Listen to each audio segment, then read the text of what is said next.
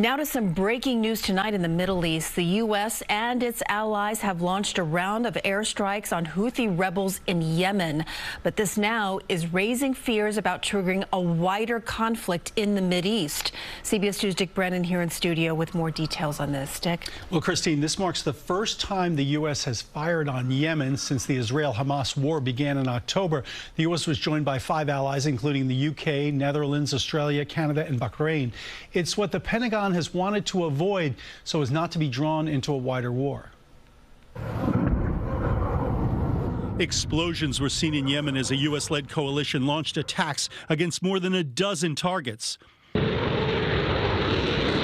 strikes were carried out by U.S. and U.K. fighter jets, along with missiles from ships and submarines, what the Pentagon calls a massive retaliatory assault. These strikes were specifically targeting facilities that were known to have radars, missiles that have enabled the Houthis to conduct these strikes. So going forward, the intent here is to degrade and disrupt their ability to do this going ahead in the future. Iranian-backed Houthis have carried out a persistent campaign against commercial ships, including drone and missile strikes, since the start of the Israel-Hamas war.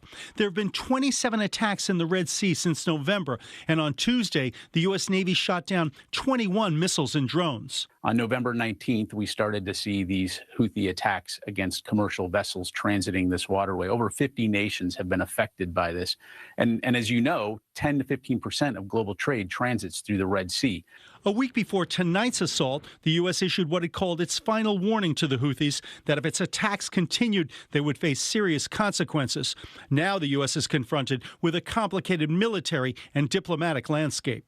Just a few months ago, the United States was claiming this was a very stable part of the region. They were celebrating normalization agreements, hoping to get the Saudis and the Israelis to come together. And now it looks like we're on the precipice of a major escalation and possible regional war. And just today, a Greek oil tanker that was on its way to Turkey was seized by Iran in the Gulf of Oman. Of course, what the U.S. really does not want is anything that would draw it into direct conflict with Iran. Christine. Yeah, absolutely, Dick. Thank you.